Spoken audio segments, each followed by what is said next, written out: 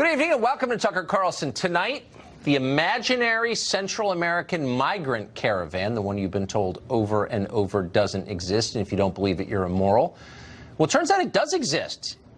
It's a physical reality, and in fact, it's here. It's at the U.S. border.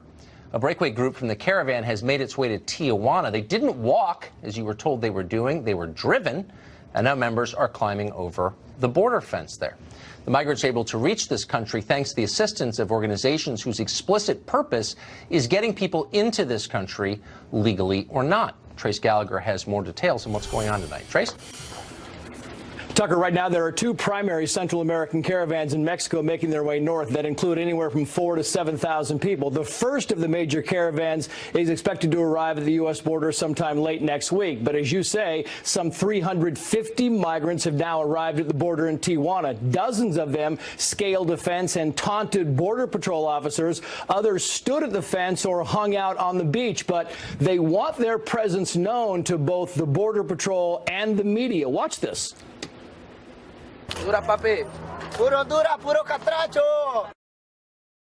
Yeah, catracho is slang for Honduran. There are reports these migrants broke from the main caravan about 4 or 5 days ago and took buses north. Impossible to tell exactly how many are from the caravan because the Border Patrol tells us Central American migrants sometimes arrive in droves every single day at the U.S. border. We certainly know that many of these migrants are being coached by groups like Pueblos Sin Fronteras or People Without Borders, a Chicago-based immigration advocacy group. In fact, even left-leaning news organizations like the LA Times and Washington Post have reported that members of Pueblos Sin Fronteras are embedded with the caravan.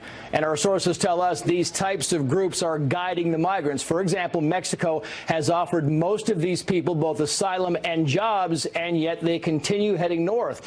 Also, they could move toward the U.S. border in Texas, but instead they go the long way, hundreds of miles out of their way toward Tijuana, and that's because the goal is to get to California, take advantage of the state's sanctuary laws and the benefits that go along with that. Of course, once thousands begin arriving in the next few weeks, sympathetic groups will be at the border to greet them.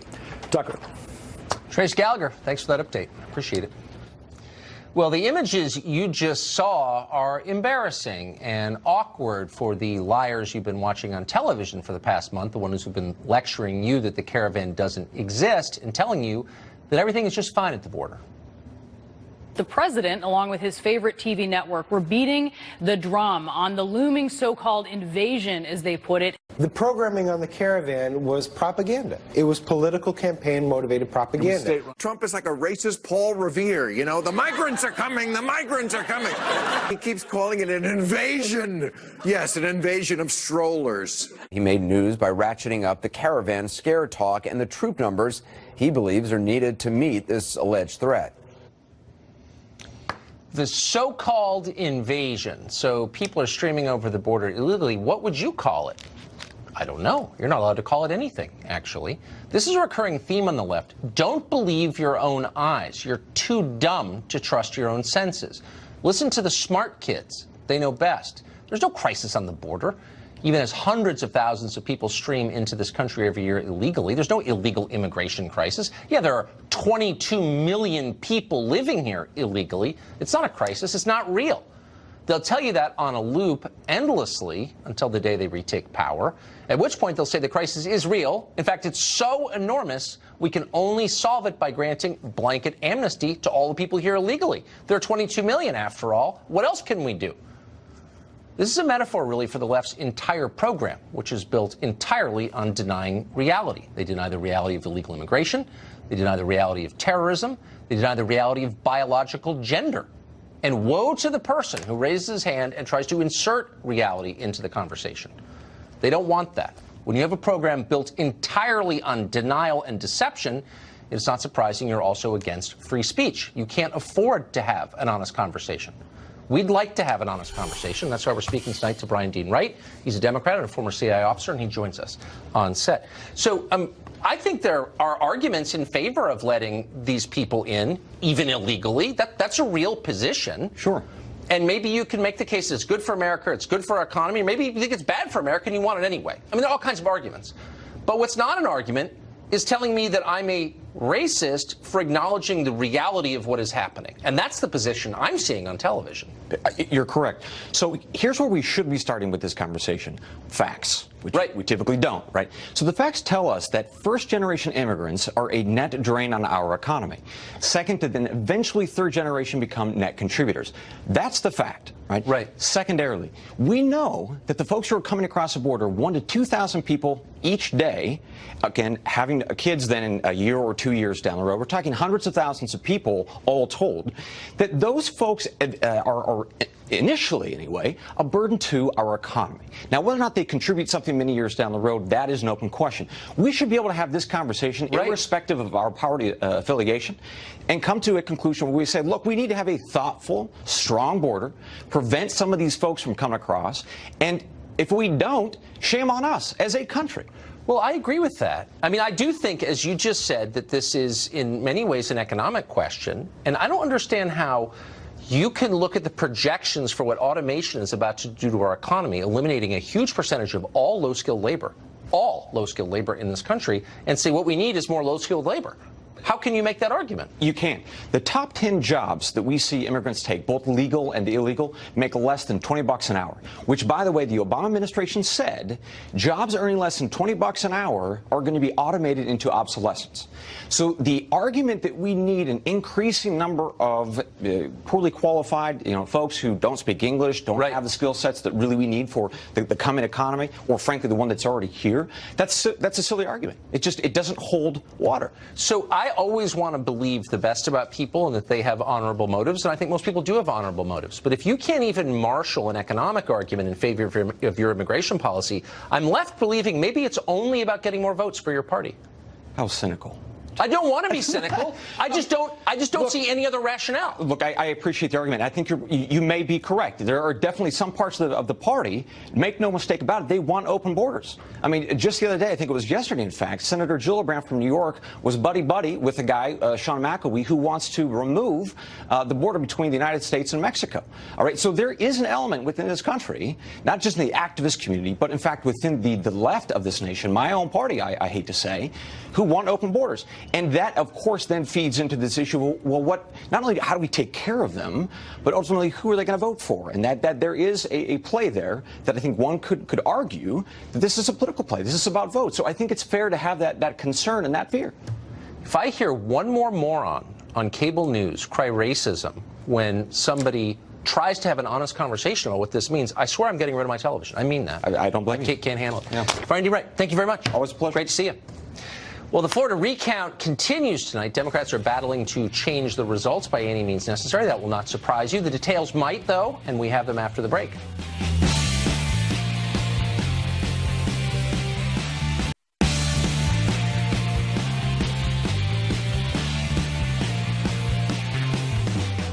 Well, the recount continues tonight in this country's least competent vote-counting state. The upside of all of this Florida recount stuff, by the way, is a man named Craig Patrick. This is the third night in a row we've had him on. We're always grateful to see him. Political editor, chief investigator for WTVT Fox in Tampa Bay. He joins us with a recap. Craig, what is happening? We have more dueling gaps, once again focused on South Florida, predominantly Democrats. I'll start with the good news for Senator Bill Nelson. We now know that the Democratic Party did, in fact, rally his supporters to make sure they get their mail-in ballots fixed if there are problems and finalized before the deadline. The bad news for Bill Nelson is that they got their dates mixed up and they gave the wrong deadline, telling people that you've got until Thursday, November 8th, when the election was Tuesday, November 6th. And the evidence for this is leading to the work of the Democratic Party of Florida, sending out these government forms, writing in the wrong date, effectively confusing people, and leaving maybe a lot of Democrats to say, oh, Gilligan. And this is something that seems to have affected voters specifically in Broward County and 3 other counties. So stop and think about that for a moment. You have the Democratic Party apparently, 1, sabotaging conceivably Bill Nelson, 2, disenfranchising their own voters in this blunder, 3, shooting themselves in the foot, 4, trying to orchestrate this deadline rush, not knowing what the deadline was, and 5, conceivably breaking election law all in one fell swoop. This is something that the state state has sent over to the feds to investigate. We'll see how that works out. One other blunder that stands out that has risen to the surface, you have continuing woes in Palm Beach County in southeast Florida, where you have faulty voting machines. Apparently, when they get stressed, they are old, they're aged to the point where they spit out erroneous results, which is causing election managers there to recount votes that had already been recounted. We're calling them the Monty Python machines because you feed them through. It's okay, 1, 2, 5, no, 3. And with this, you have Palm Beach County now racing the clock, along with Broward County. In other news, Governor Rick Scott, under pressure to recuse himself from certifying the results of his own disputed race, has done that. He's moving on to Washington now, and Mitch McConnell introduced him as the new senator from Florida, which is premature, it is presumptuous, but it is also increasingly likely as well, because while Bill Nelson has filed all of these legal challenges, time is running out. And if you look at the math, even if Nelson prevails on every single one, which would seem to be a reach, there just does not appear to be enough ballots to get him where he needs to be, unless there is some kind of big machine malfunction, which, based on things we've seen, is not inconceivable, but we'll find out one way or the other about that, most likely by our deadline of the machine recount. It's unbelievable. Tomorrow afternoon. It's been 18 years. You'd think it'd be running like a Swiss canton by now, but it's Florida. Craig, thank you very much for that update. Appreciate it. Thank you. Rubio has been raising alarm over the state of Florida's election irregularities for quite some time, and he joins us tonight on set. Senator, thanks very much for coming on. Thanks for having me. So I know you're a senator who represents the state of Florida, and you're pro-Florida. But as objectively as you can, what is the core problem with elections in Florida? Well, actually, there isn't. I mean, 65 of 67 counties did it right. You know, Miami-Dade County is right on the border with Broward. 60% voted for Democrats in the Senate race and the governor's race. They got all their votes in on time, and then they did their recount on time. It is largely focused on 2 counties, and one in particular, Broward County, where you have an inept and incompetent elections director who's done this in the past. Yes. And so when someone, you know, a perfect example is these provisional ballots, right? It's people that show up and vote. You don't show up in the system. They let you vote, but they put your vote in an envelope, and then they make sure they verify you. She decided to take 205 of them and count them on her own without submitting them the right way to this to the canvassing board. When that was discovered, she said, all right, I'll give it to the canvassing board. But she had already separated the ballots from the envelopes. They found 20 of them to be invalid. But then there's no way to match the ballots to the envelope when you separate them. So then she submitted 205 votes to the state out of that batch. 20 of them, at least 20 of them, are invalid votes. Now she claims that they're not part of the count, which contradicts what her lawyer said a few days ago. So when someone that incompetent is sitting on thousands of ballots, we don't know how many they are, she's not regularly reporting them, of course we're going to be concerned about that. And of course we're going to be concerned about the reporting. And the second state of play is it's now lawyer time. Lawyers are arguing to the state, that to the judge, they're trying to get a federal judge to do 2 things. One, throw out state law when it comes to voter intent. They're going to do a manual recount in the Senate race of all the ballots that either didn't vote in the Senate race or double voted. And there's a very specific law for what voter intent is. You know, if you circle Rick Scott or Bill Nelson, that's fine, but you have to have done it throughout the ballot. Right. The machine won't read it. They want to throw out that standard and just let it be, I don't know what. Can you change the standard after the vote is That's my concern. I mean, look, if you say there's a problem with the law, that's what the legislature's there for. But to have a judge come in and announce that Florida law, after the election, we're going to change the rules in hopes of influencing the outcome, that to me is stealing the election. And then they also want to force them to count every mail ballot, even the ones in which the signature didn't match the signature on file for the voter. These are the 2 fundamental arguments before federal court. Just to stop you, is that the requirement that the signature has to match? Yeah, so if that's the existing requirement, how can they argue it's no longer the requirement? Because they're saying it's an arbitrary standard, and who's making the decision? But that was the standard on Election Day, right? Correct. And I think that's what I'm hoping a reasonable judge, no matter how activist it might be, would argue that's a good point. You should have raised it before the election, and that's something for the legislature to fix. But we're not going to change the rules of the election after the election to influence the outcome, because if you do it, it's stealing an election. Amazing. So I want to ask you about the question of nationalism. The president described himself as a nationalist recently. He was attacked by the leader of France for doing that. You recently published a Wall Street Journal op-ed defending the idea of nationalism. Yeah. Why is nationalism a necessary concept in modern America? Well, American nationalism. Of course. What is our identity? Our identity is not a common race, ethnicity. Right. In fact, America is a de facto rejection of that. It is fundamentally premised on this notion. We are all children of God. We are born with God. We are all created equal by our Creator, and we are given equal rights to life, liberty, and to pursue happiness. That is our national identity. It is deeply rooted in morals and in values. It, in fact, explains everything this nation has done internationally and domestically. We should be proud of that identity. We should defend that national identity.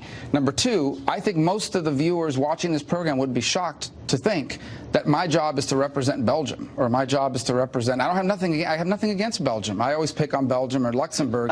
They have their own system of government. That doesn't mean I need to be hostile towards them. Right. And it may be in our national interest to work with them. I think NATO was in our national interest and is. I think a lot of our alliances are built on that. And in fact, our national identity as a nation that believes in the equality of all people is what has caused us to defend democracy and feed hungry people all over the world. We should be proud of that. But as a government leader, my fundamental obligation, first and foremost, is to work on behalf of the American people. And most of the time, if not all the time, we can do that without hurting other people around the world.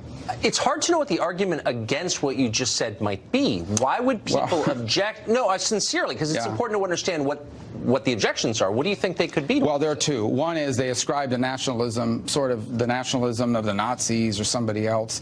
That's ethnic and racial nationalism. I'm not talking about ethnic nationalism. Of course not. I'm talking about a national identity that actually is completely irrelevant to your ethnicity. In fact, you don't even have to be born here. If you come here legally, you can be a U.S. citizen. It's one of the great things about America. Some of the people who love America are the most are the people who are Americans by choice. Because they know what life is like in another country. Then there's another school of thought that, no, we are citizens of the international community, and we have obligations to the rest of the world, which I would agree within the confines of our national interest. In fact, I've always argued that the best thing for the world is a strong and prosperous America, because our values infuse our decision-making and so much of what we do. So there are people that actually, I think that's what Macron was arguing, and that is that France's obligations, under him anyways, are not just to the French people, but to the sort of amorphous international community, which I'm not against. I've defended international organizations so long as they are in the national interest of the United States. Because that's the country you represent. Yeah, I mean, I swore an allegiance to the oath. I swore an oath to the Constitution of the United States. I work for the American people, and I believe I can do so while still being strong allies of Japan, strong allies of Great Britain, strong allies of our countries around, all these countries around the world, especially when our interests intersect. I think this is a vital conversation, and I'm glad that we're having it, and I'm glad you're articulating it so clearly. Thank you, Senator. Thank you for having me. Well, there's a battle over free speech going on in Washington right now. Good. We're for free speech. The question is, are the people who claim they're defending free speech actually defenders of speech? Hashtag Basta, whatever that means. Well, anyway, we'll investigate the assault on free speech after the break.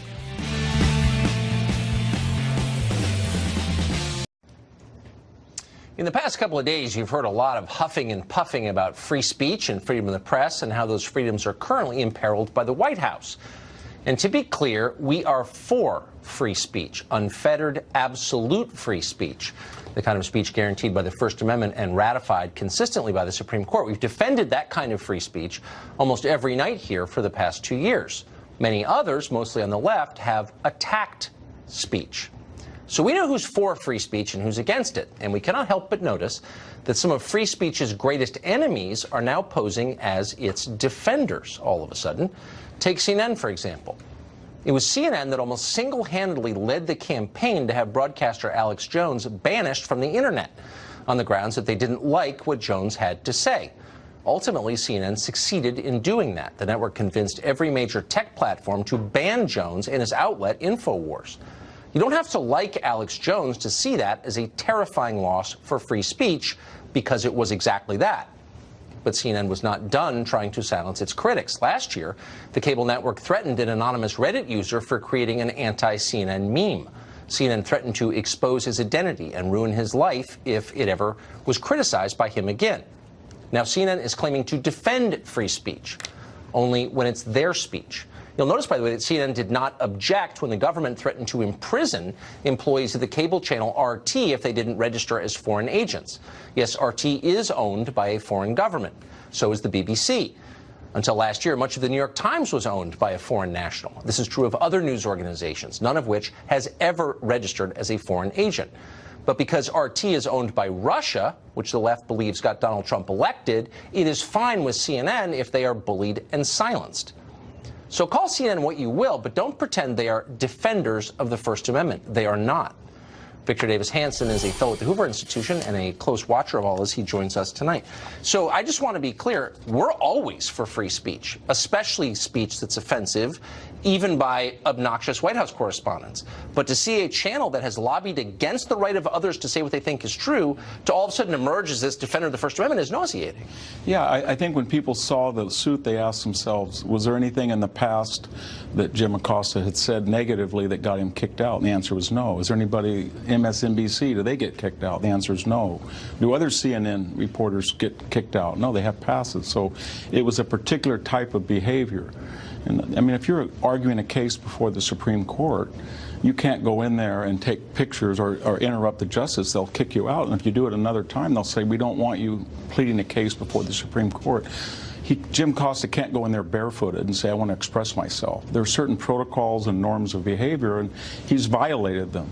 That's one issue. And then it's not, this is sort of a psychodrama, Tucker. I mean, we remember that the prior administration monitored 20 AP reporters, and Fox's own James Rosen. Nobody filed a suit on behalf of James Rosen from CNN and said, my God, we only learned in 2013 that 3 years ago the man was being surveilled by the Attorney General. This is a violation of press freedom. We didn't hear that. And you're not hearing CNN say anything about the voices being silenced now online by the big tech companies because they have unfashionable views.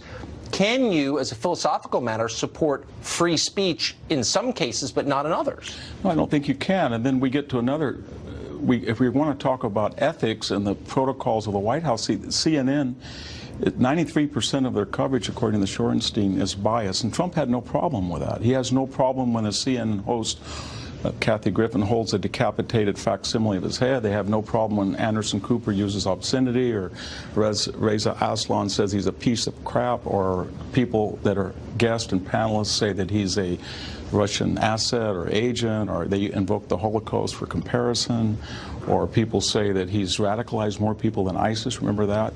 And they have these stories they keep running, you know, that Scaramucci is involved with a Russian hedge fund, false, that Trump knew in advance of the Russian meeting, that Donald Trump Jr. had access to the WikiLeaks. I remember when CNN was just explaining to us, as a matter of fact, that James Comey, within a matter of hours, was going to go into a congressional testimony and swear that Donald Trump had mischaracterized their private meeting about whether he was subject to process. Wait, this doesn't make sense, though, because it was all false. CNN has argued that others should lose their voice, should be silenced because they're, quote, conspiracy theorists. But you're listing conspiracy theories that they have promulgated on their air. Yeah, and they're also arguing that their type of behavior should not be subject to public scrutiny. Only Donald Trump's good. Protocol, manners, politeness. And that's what Trump's argument is. It's not the content, it's not the prejudice, it's not the unprofessionalism in the past. It's this particular time you went over the edge and you disrupted, you were rude, you took over an optional press conference. There's nothing in the Constitution that says he has to have a press conference. I can remember President Reagan saying, I can't hear you. And when somebody yells to Donald Trump, he runs over and talks. So it's not only hypocritical on their fact, but it's a journalistic organization that has violated the ethos of reporting and journalism, then calling the kettle black and saying, you can't do this. This is against White House protocol. It's a shame to see a buffoon elevated to martyr status. But look, now that CNN's on the side of free speech, I'm sure they will be advocating for the right of all people to say what they think. They could have sued in 2013 on the behalf of Fox and the AP. Victor Davis Hanson, a man with a long memory, and we appreciate that. Thank you. Thank you. Well, there used to be dozens of pro-Second Amendment Democrats in the Congress.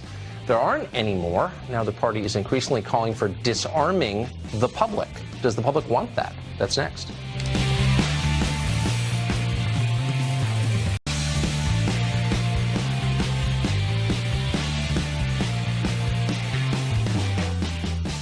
A new wave of Democrats is entering the Congress, of course. One of their top interests, they say, one of their top public policy priorities, disarming the population.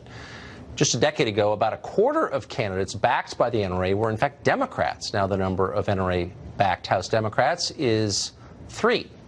Meanwhile, a new poll of Democrats in early primary states says their top issue after single-payer health care is repealing the Second Amendment in order to ban guns.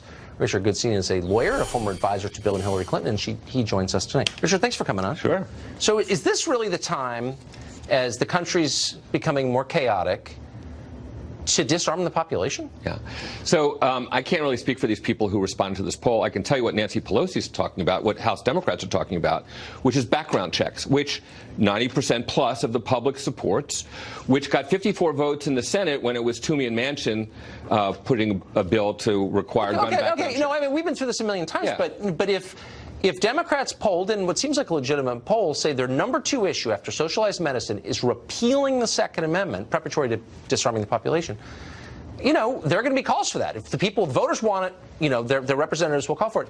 Is this the time, and shouldn't it make the rest of us a little nervous as America's getting crazier, obviously, to disarm normal people? Yeah. Again, I just don't buy the notion that that was a legit poll, that even a quarter of Democrats think repealing the Second Amendment. What do you think of that? What I think the Democrats are saying is what Justice Scalia said in the famous Heller decision, the one case that really went to the Supreme Court, where he said a person has a right to a handgun to protect their home, period, and that legitimate regulation of guns in terms of places that they can't be taken, schools, places that, you know, conditions on their sale. We have all those laws already. I mean, but I'm saying those. So no one's talking about repealing that. No, people are. And let's stop lying just for a second. Yeah. You're not going to stop mass shootings, really, unless you take all the guns away. That's the truth, and everyone knows it. I mean, honestly. Yeah. So that's kind of the goal, and everyone really knows that. And I'm just wondering, like, what's the argument here? So if you're arguing simultaneously that the police are racist and can't be trusted, which Beto and lots of other candidates have argued, and also that the population can't be trusted to defend itself or have firearms, what are you really saying? I think what Democrats are saying, and frankly, Republicans wish they had been saying it, because the ones backed by the NRA, Barbara Comstock, Mike Hoffman in Colorado, lost to Democrats saying we want background check laws and so forth. And what they're saying is that things have gotten out of whack. The United States is unique in the world. It's not a mental health problem. There are mental health problems everywhere else in the world, but we have this horrible gun problem here. No, but actually we don't, because most Americans are not a threat to anybody. And this is what makes me nervous. Is a small percentage of people commit the overwhelming majority of shootings, but we're not thinking clearly about how to disarm them. All of these laws apply to me. I pose no threat to anyone, and I really want to be able to defend myself. I know you do too. So why not leave me out of it and normal people out of it who pose no conceivable threat, and focus on the potential threats? But no one's ever up for doing that. Right. We all have to be disarmed. Why? Well, again, no one's talking about disarming anybody. What elected officials are saying is we should have background checks so lunatics don't have the access to guns. The most recent shooting, and many of these shootings have been committed by people who went through background checks. Stephen Paddock went through a background check. The latest shooter, obviously, who you just saw in California, went through a background check. The truth is, it's not just background checks, which nobody really opposes. It's limiting the kind of firearms you can buy, limiting the size of the magazines you can use, limiting the kinds of ammunition you can purchase. These are laws, restrictions that affect normal people who should be able to defend themselves. Why is that? Look, when you say that nobody really opposes, when you get Republican leaders here, please ask them to affirm the fact that they don't oppose. Well, it's relevant. Because you start, look, but hold on, remember we have background. I mean, let's be serious. Yeah. Background checks are, I buy guns, so I know. Right. They're in place. You go through them when you buy a gun. Why would a magazine restriction or an ammo restriction or a so-called assault rifle restriction apply to me? Why am I not trusted to buy any kind of gun I want? I'm confused, honestly. Well, again, the analogy I would use is to the ways we basically made cars safer. There used to be a lot more fatalities on the road, and we instituted things like seat belts and airbags and other things, vehicles that could basically crush without crushing the passenger. And background checks is the first way to go. No, but then why? No, sincere question, though. The assault rifle ban, a gun that looks scary, should be banned, okay? That's the position, and a lot of candidates say they should be confiscated. Why should my right to buy that gun be abridged? Why can't I be? No, it is, though. Well, no one's being. If you object to being. Why shouldn't I be able to buy that gun? I'm an American citizen. I don't pose a threat to anybody. Why can't I have that gun? I think the concern is that people get their hands on assault weapons who commit these crimes. If you want to use your assault weapon on a range, guess what? Go to a range and keep your gun there and use it there. Maybe I want it in my house. And why? I don't understand. So you want an assault weapon to defend your house. What you're saying is we don't trust the population of the country. We don't think you're autonomous. We don't think you ought to be able to make these decisions for yourself. We just don't trust you. And I'm saying, why would I ever vote for someone who wouldn't trust me to have an AR-15 at home, honestly? Well, again, it's like saying we didn't trust people to drive without seatbelts or airbags and so forth, but we instituted things that were going to make people safer. What we're saying is that... but you don't use a car to defend yourself. And you do use a firearm to defend yourself. And why wouldn't you trust... No. Why wouldn't you trust the 330 million people in the country? Hundreds of millions of them pose no conceivable threat to anybody. Right. So why can't we think of a law that spares them these regulations? Is anybody even trying to think of that? Well, of course they are. But really? Who? Well, but again, we're taking it step by step. We're taking it step by step. Yes, we are. And ask any suburban mother. That's the problem politically, is that these people that you lost last time are going to be lost because they don't want more guns in schools. The left is making this country chaotic and scary, and simultaneously trying to keep me from defending what you just said. I don't care. And that's why the Democrats won. I don't care. Okay, we'll see. Yeah. Richard, thank you. Thank you. Amazon is getting billions of taxpayer dollars to expand into two of America's richest cities. It's corporate welfare. The Democratic Party is all on board, and anyone who questions it could be investigated by an incoming committee chairman. What's going on? We'll get to that in just a minute.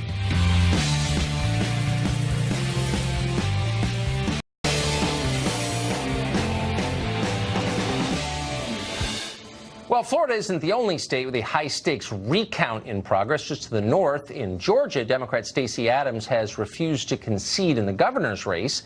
Legal challenges are flying everywhere. Democratic Senator Sherrod Brown says that if Abrams is not declared the winner, then almost by definition, Republicans, quote, stole the race. Lisa Booth of Independent Women's Voice has been following this for us. Hi, she joins us now with an update. Hey, Lisa. Well, and Hillary Clinton is also saying that if it's not a fair race if Stacey Abrams doesn't win, that somehow this race is not fair. Mind you, Brian Kemp is up by 55,000 votes, and Stacey Abrams would need 18,000 to force a runoff and 16,000 to force a recount. There is only one county that has not certified the results of the election. That's Gwinnett County. 158 out of the 159 counties have certified the results of the election. So she is not going to find those numbers. She is not going to be governor of Georgia, yet she refuses to concede. And now we have Democrats like Sherrod Brown and Hillary Clinton making up excuses and saying that somehow there's voter suppression or something is awry if Stacey Abrams does not win this election. So, I mean, presumably the goal is to infuriate Democrats in the state of Florida sufficient that they come out to vote in 2020. I mean, I got to be thinking long term, right? Yeah, I think Stacey Abrams is actually looking ahead at 2020, a possible run against Senator Perdue. So I think that's why she's trying to hang in there. But it's sort of ridiculous to have Hillary Clinton be saying this, because you essentially have two losers being sore losers with Hillary Clinton and Stacey Abrams. Of course, we know Hillary Clinton still refuses to accept the results of the 2016 election, and that voters just weren't that into her, didn't want her, didn't elect her, and it's Russia's fault and everyone else's fault. I mean, she literally wrote a book blaming everything else but herself for her own election loss. So it looks like the Democrats are the sore losers and refuse to accept the results of the election. Amazing. I don't think there's a substantive case they're making, it doesn't sound like. Lisa Booth, thank you for that update. And all Thank you, Tucker. Appreciate it. Well, elements of the right and the left have finally found something they can agree on, at least for the moment, opposing corporate welfare for Amazon. Jeff Bezos' Colossus is getting billions in taxpayer subsidies to open new headquarters in New York and Northern Virginia, and that's not all.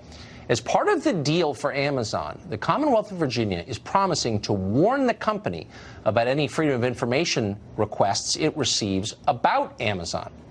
Karen Lehler is the Republican in the New York Assembly. He sent a letter to the governor of New York, Andrew Cuomo, questioning the wisdom of this deal, and he joins us tonight. So this is a little bit confusing, considering that New York City has a lot of infrastructure needs, for example. You'd think Amazon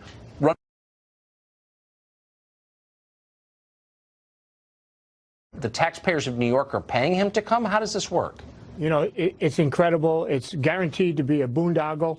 What we're seeing here is the most powerful, richest person in the world going to be subsidized by regular people. We know that Amazon, in some cases, destroys other companies that can't compete, destroys jobs. It's one thing if that happens in our free enterprise system, but it's another thing to subsidize that and ask some of the very people whose jobs and businesses are going to be destroyed to subsidize this monster, Amazon. Well, Amazon is a monopoly, so by definition, I think it's the enemy of the free market. Who cut this deal for the state of New York? You know, it's fascinating.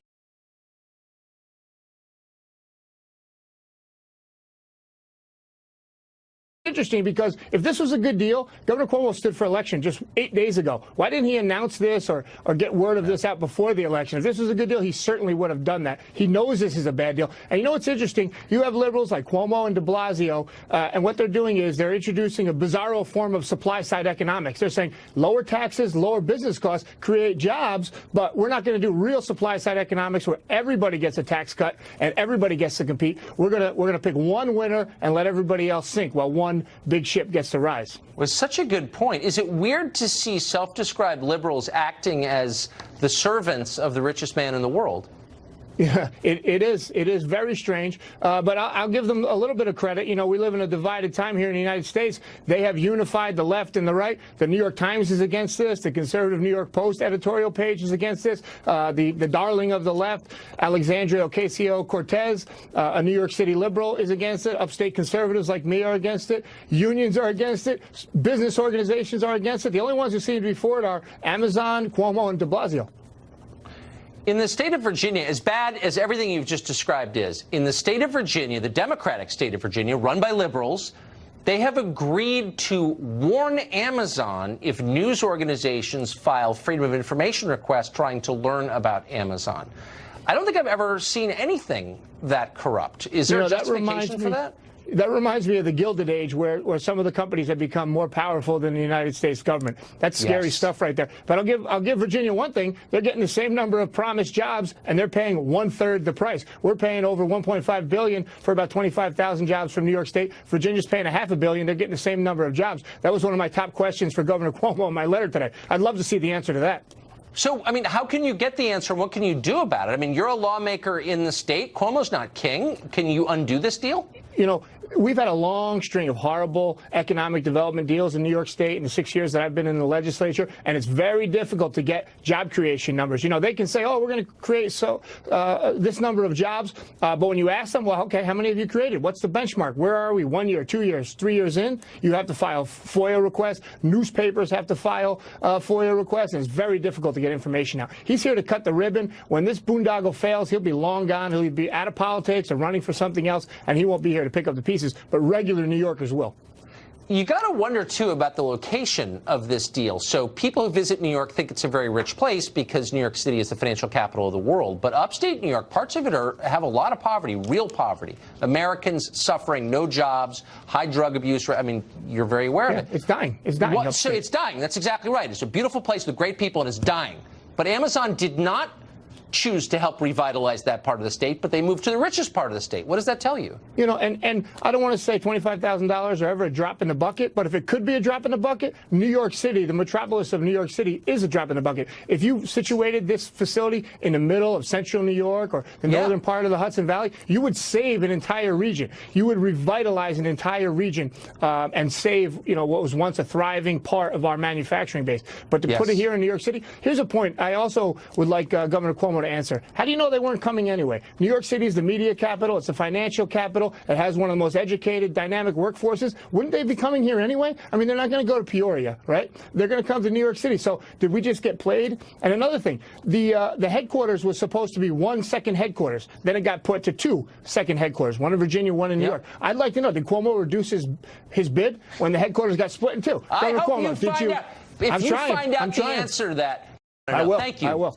All right. New York should be proud to have you. Well, tonight's an anniversary for our show. We're sentimental. We mark all anniversaries. We'll tell you what it is after the break. Well, tonight marks the 2nd anniversary of this show. Since we can't take the show out to dinner to celebrate, instead, We're going to show you a clip of what it first looked like when it launched at 7 Eastern 2 years ago tonight. That's it. The first episode of Tucker Carlson Tonight will be back every weeknight. What's the show going to be about? You can judge for yourself, but here's the basic theme of it. People in power tend to lie, not because they want to, but because they can't help themselves. That's human nature. The more power people have, the bigger the temptation to misuse it.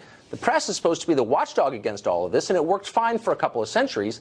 But then the press decided they had more in common with certain politicians than with readers or viewers, and that's when it fell apart. We're going to get back to basics here. We're going to hold the powerful accountable, pierce pomposity, translate doublespeak, mock smugness, and barbecue nonsense every night. Hope you'll watch. So they made me get a haircut before the first show. I totally forgot until I just saw it. People in power tend to lie. That was the theme then. That's the theme tonight. That will always be the theme because that is always true. Whether the show's at 7 o'clock or 9 o'clock or now at 8 o'clock, we intend to stick to those promises and tell the truth regardless. Thank you, by the way, for making this show pretty successful, more than we ever thought it would be. Your loyalty has meant everything. It made all the difference. We appreciate it. That's it for us tonight. We'll be back tomorrow. The show that is the sworn enemy of lying, pomposity, smugness, and groupthink. Good night from Washington. Sean Hannity, live from New York City. All right, first, congratulations on 2 years.